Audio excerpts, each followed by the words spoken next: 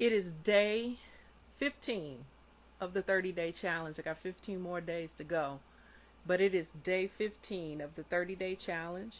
And I, along with my AI sisters, committed to go live for the next 30 days. And in those 30 days, we committed to provide value. And so today is part 3. If you didn't catch part 1 and part 2, go back to day 14 and day 13.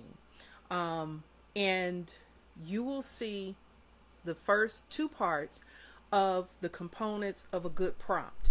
And so today I'm going to give the third installment, the third and final installment of what makes up a good prompt for ChatGPT. A lot of people say they don't want to use AI because they don't know how to prompt really well. They just use it for really basic things.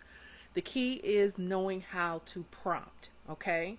So on day 1, I said clarity and context were the 2 components for that day. In part 2, purpose and intent, tone and style are the second parts of the a good component of a good prompt. Today, I'm going to talk about being specific. I don't know why all of a sudden I can't say the word specificity and detail. Length and scope is the second part. All right, so be detailed on the first part and your length and scope. So on the first 2 days, I gave an example of writing an email to a client to let them know, to apologize for being late to an appointment, and giving them something in return to show how much you appreciate them as a client. All right. And we were writing a prompt to get ChatGPT or the AI of your choice to write an email. Now, in this one, you want to make sure that you have a tailored and focused response. That's part of the reason why a lot of people don't like, AI or not using it to its fullest, because the responses that you're getting are not tailored to you, all right, or tailored to the situation. Also, in that prompt, you want to make sure that you're telling the AI how long you want it to be. So, in other words, you want to tell it, you want to be very focused and tailored. You don't want to talk above the head of the person who you are speaking to in that particular email, in this example. So, in other words, and this is not to insult anybody, it's just that things that are easier to read, people will read them.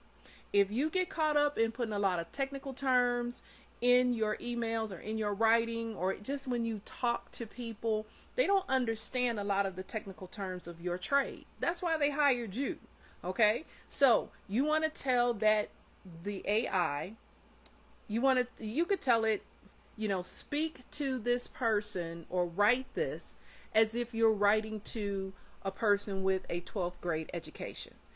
That's not to say that the person is stupid or uneducated. It's just saying you want it to write in a way that the common person can understand.